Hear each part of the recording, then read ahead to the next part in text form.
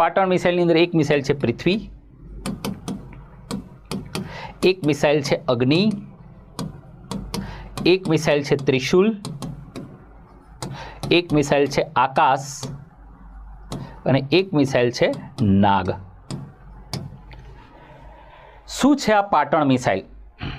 Patan missile integrated guided missile development programme હેઠળ તૈયાર થયેલી surface to surface, surface to air અને એન્ટી ટેન્ક મિસાઇલ છે કે જેમાં જે પહેલી બે મિસાઇલ છે પૃથ્વી અને અગ્નિ, આ બંને મિસાઇલ એક પ્રકારની સરફેસ ટુ સરફેસ મિસાઇલ છે. એક પ્રકારની સરફેસ ટુ સરફેસ, અને મોટા ભાગની સરફેસ ટુ સરફેસ મિસાઇલને આપણે બેલિસ્ટિક મિસાઇલ પણ કહીએ છીએ. આવી મિસાઇલોને આપણે બેલિસ્ટિક મિસાઇલો પણ કહીએ છીએ. હમણાં તમે બધા જે યુદ્ધ થતા હતા એમાં જોયું છે કે ઈરાને બેલિસ્ટિક મિસાઇલથી એટેક કર્યો, તો એ બધી કેવી મિસાઇલો? Surface to surface. એની જ અંદર બીજો એક ભાગ છે ત્રિશુલ અને આકાશ.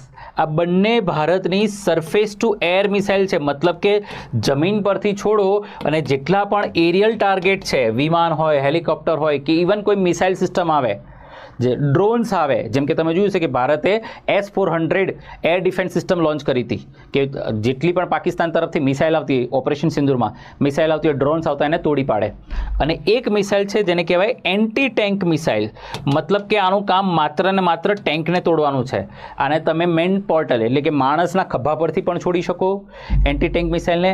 આને તમે ટેન્ક ટુ ટેન્ક પણ છોડી શકો, એને નામિકા મિસાઇલ કહેવાય.